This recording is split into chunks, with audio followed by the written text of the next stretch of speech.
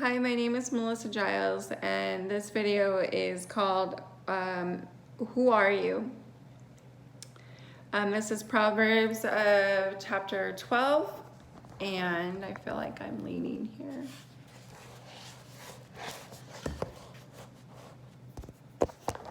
Okay, good. That's better. Okay. Like I said, this is a video. No, it's not video. The question is, who are you? Chapter 12 in Proverbs. Whoever loves discipline loves knowledge, but he who hates reproof is stupid. A good man obtains favor from the Lord, but a man of evil devices he condemns.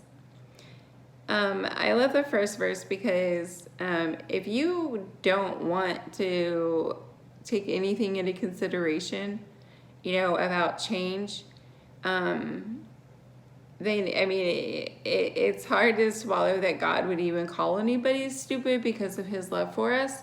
But that's a form of discipline, and it's true. If you can't take responsibility for your own actions and learn from other people, then other people are just this knowledge here, then as God would say, is you're stupid. So anyway, I just wanted to say that. A good man obtains favor from the Lord, but a man of evil devices he condemns. No one is established by wickedness, but the root of the righteous will never be moved. An excellent wife is the crown of her husband, but she who brings shame is like rottenness in his bones. The thoughts of the righteous are just. The counsels of the wicked are deceitful. The words of the wicked lie and wait for blood, but the mouth of the upright delivers them. The wicked are overthrown and are no more, but the house of the righteous will stand. Sorry, I feel like my nose is running. A man is condemned according to his good sense, but one is twisted mind is despised. Having a twisted mind is, I think, to be normal. That's what a normal person has. I don't like to think that way, but sometimes I do think that way. And I say that because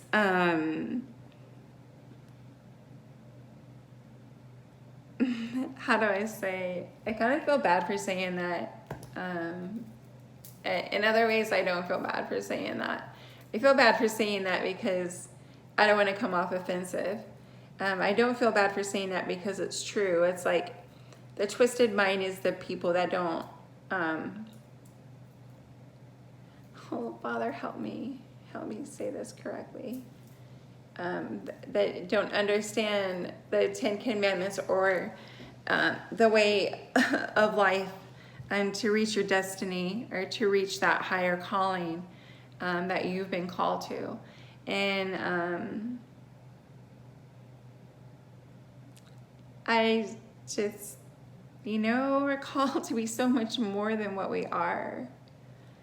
And the only way to get to being that person is to start becoming that person and start actually doing, the knowledge and the wisdom and the understanding and gaining all of that is huge. So please don't take offense to my comment about being twisted-minded. Better to be lowly and have a servant than to play the great man and lack bread. Whoever is righteous has regard for the life of his beast, but the mercy of the wicked is cruel.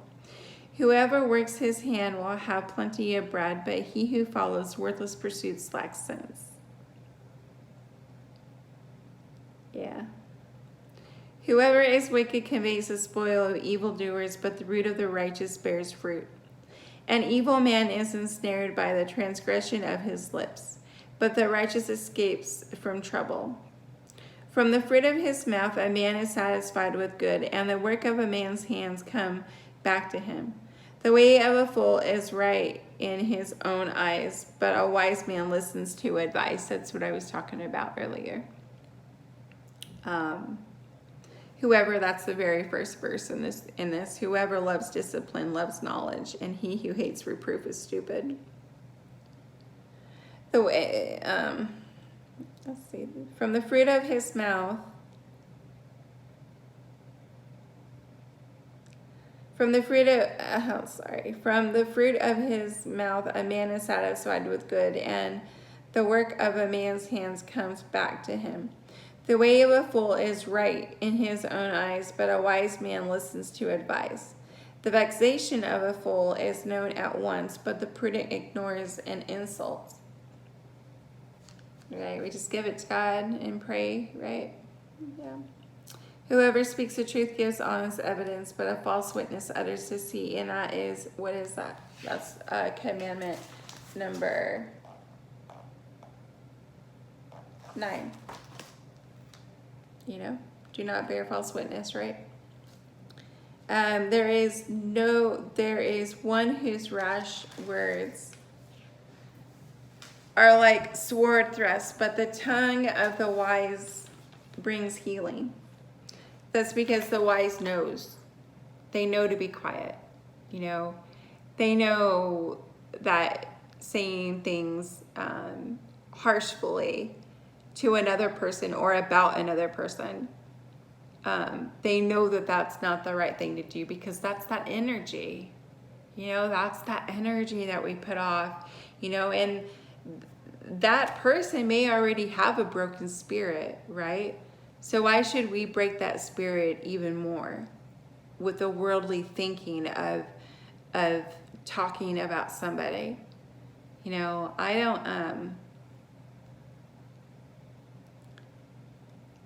I think gossiping is really hard to overcome. And because, if something is bothering you, then you obviously want to talk about it, right? And I guess this is the weirdness of me. But you want to talk about it, right? And you want to get it off your chest, especially with a loved one or whatever, oh, this girl did this at work. The problem is that it goes further than that.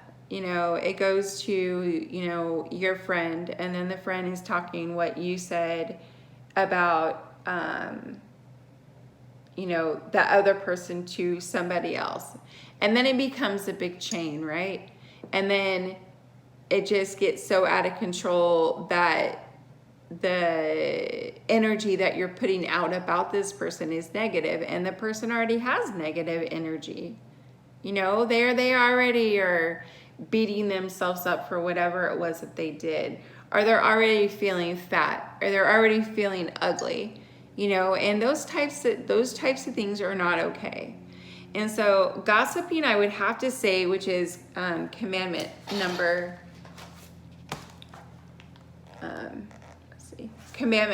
number 6, do not murder, do not slander.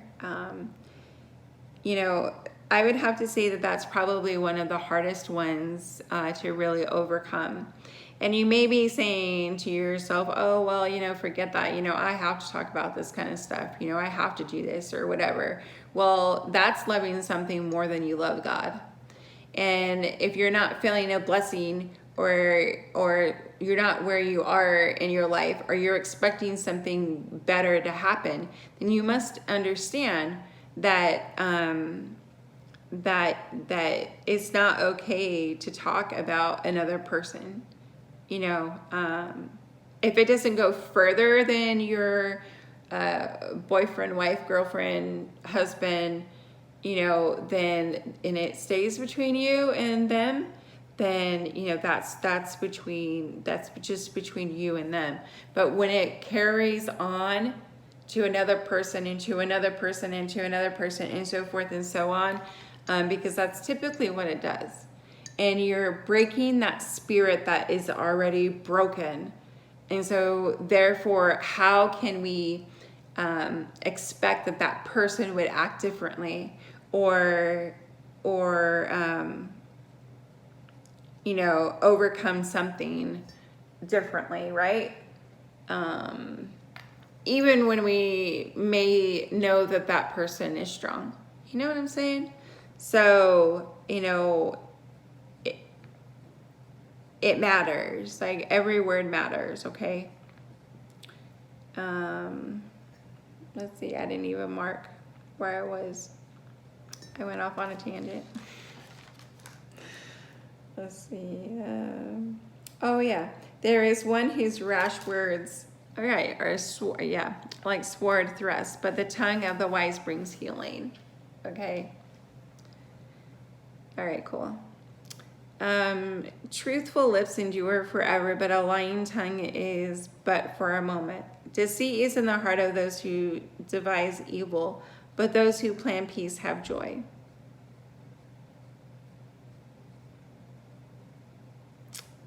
Oh, that was a prayer. No ill befalls the righteous, but the wicked are filled with trouble. Lying lips are an affirmation to the Lord, but those who act faithfully are his delight. A prudent man conceals knowledge, but the heart of fools proclaims folly. The hand of the diligent will rule, while the slothful will be put to forced labor. Anxiety in a man's heart weighs him down, but a good word makes him glad. So like that goes with the what I was just saying about every word counts, and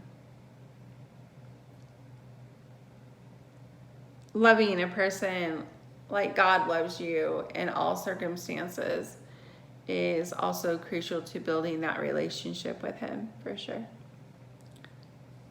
Every word counts, so every positive word.